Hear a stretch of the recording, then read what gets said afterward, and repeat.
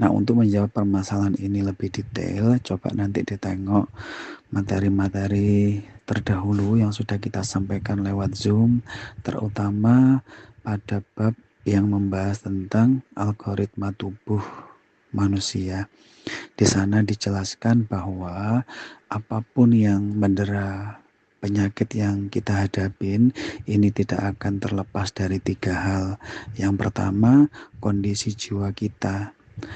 Yang memenuhi hati kita ini apa? Apakah emosi-emosi negatif? Apakah emosi yang positif?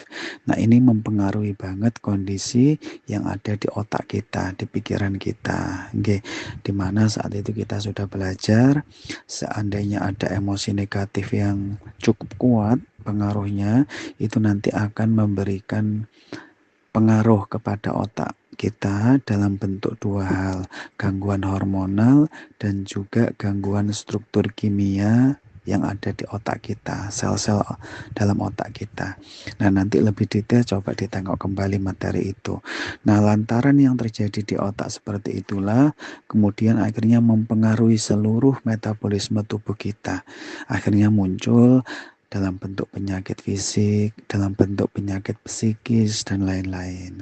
Nah, oleh karena itu, apapun bentuk penyakitnya, sebagaimana yang dialami temannya Bunda Santi ini ya, yaitu kanker payudara, maka pengobatannya, pemulihannya agar betul-betul permanen sembuh dan juga penuh berkah harus dilakukan pada 3 sisi. Yang pertama, kondisi jiwanya. Nah, ini kalau saya bacakan di rekam medis kami, pengalaman menangani pasien-pasien kanker payudara, gitu nggih. Ini ada 2 hal yang harus didetoks, dibersihkan, dilakukan detoksifikasi. Nggih. Inilah yang kenapa sampai komunitas grup ini muncul, yaitu komunitas soul healing untuk memulihkan jiwa kita. Karena itu hampir semua permasalahan kehidupan bermula dari situ. Nah, adapun kanker payudara yang perlu diperhatikan dalam jiwa seseorang itu ada 2 racun gitu ya. Yang pertama, adanya sebuah kebencian yang terpendam. Atau kalau orang sini bilang itu makan hati menahun gitu ya. Jadi di masa lalu ada aktor-aktor yang begitu toksik, itu bisa datang dari orang tua, datang dari pasangan kita, saudara, teman-teman, yang akhirnya gara-gara toksiknya mereka membuat diri kita tuh benci banget gitu ya, makan hati yang menahun.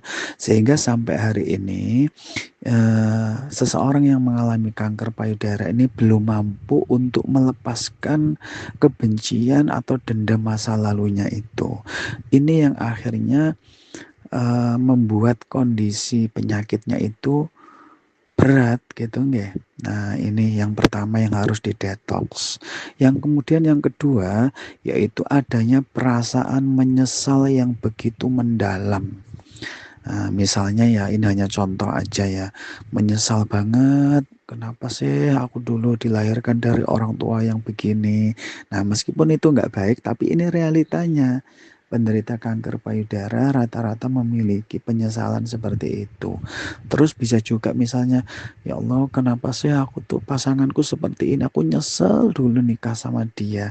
Aku nyesel punya anak seperti ini, yang tiap hari gudo, menimbulkan hati yang marah, nelongso gitu nggih. Nah, ini 2 hal ini yang pertama yang harus dibersihkan dalam jiwa seseorang yang Allah uji mengalami penyakit kanker payudara. Nah, ini yang pertama. Terus kemudian setelah ini diupayakan detoksnya, bertaubat dari semua itu, kemudian melakukan upaya soul healing, pemulihan jiwa. Terus kemudian yang kedua, mengembalikan kondisi fitrah yang ada di otak. Yang dulu sempat terganggu, bisa mengalami gangguan hormonal atau gangguan struktur kimia yang ada di otak, lantaran 2 racun yang ada di hati tadi itu. Nah, dalam materi-materi terdahulu kita sampaikan, terapi terbaik untuk mengembalikan kondisi otak gitu nggih, yaitu dengan melakukan terapi Al-Qur'an. Nah, terapi Al-Qur'an ini variannya cukup banyak, cuman yang sempat kita ajarkan melalui Zoom di komunitas Soul Healing ada dua. Yang pertama yaitu membaca Al-Quran, mendengarkan Al-Quran minimal 1 jam dalam sehari. Nah ini boleh sekali duduk, boleh membacanya dicicil, misalnya setiap habis sholat 10-15 menit. Yang penting akumulasi dalam sehari itu 1 jam.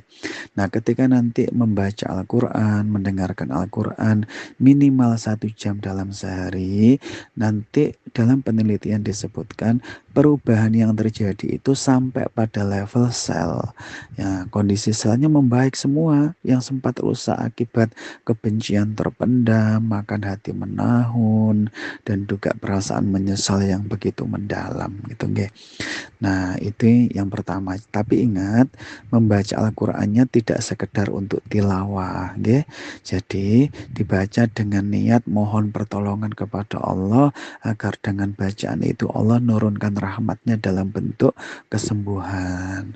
Nah, ini yang pertama. Yang kedua, terapi Al-Qur'annya menggunakan formulasi 1-1-1.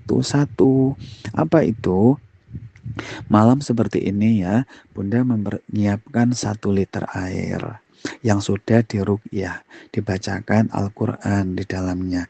Nah, botolnya, mulut botol kan udah dibuka, didekatkan ke mulut, terus kemudian dibacakan. Boleh Al-Fatihah diulang-ulang, boleh ditambahkan ayat kursi, boleh ditambahkan 3 kul, monggo silakan. Niatnya untuk meruqyah air itu, semoga air itu Allah turunkan rahmat menjadi bagian dari kesembuhan kanker payudaranya. Nah, kalau sudah dibacakan di dalam air 1 liter itu udah boleh disimpan di kulkas, boleh tanpa masuk kulkas, sesuai selera aja. Lalu besok pagi ketika Bunda bangun pagi itu tidak boleh makan dan minum apapun. Nah, air yang sudah 1 liter disiapkan diminum. Nah, kalau bisa 1 liter, alhamdulillah bagus. Kalau misalnya belum terbiasa, monggo diminum yang penting banyak. Nanti dibiasakan sampai akhirnya punya kebiasaan 1 liter. Nah, untuk penyakit-penyakit tertentu, ginjal atau yang lain yang tidak memperbolehkan terlalu banyak minum air, maka secukupnya sebatas yang dibolehkan. Nah, ini. Terus kemudian 1 jam setelah minum air yang sudah diterapi Al-Quran itu, 1 jam tidak boleh makan dan minum apapun. Tujuannya agar memberi kesempatan air itu menutrisi seluruh sel-sel yang ada dalam tubuh kita, sehingga terjadi perubahan, pemulihan. Nah, nanti ini dilakukan selama 1 bulan penuh. Kalau nanti memang terus membaik, dilakukan ini dijadikan kebiasaan. Oke, ini terapi Al-Quran yang perlu dilakukan. Terus kemudian yang ketiga, yang pertama tadi ya, memulihkan jiwa yang ada di dalam kolbu dari racun-racun, dari kebencian, dari semua bentuk kerajah yang nggak penting. Kemudian perbaikan yang ada di otak dengan terapi Al-Quran. Baru yang ketiga menggunakan obat-obatan, bisa dalam bentuk obat-obatan kimia, terapi-terapi yang tadi diceritakan melalui radiologi, okay?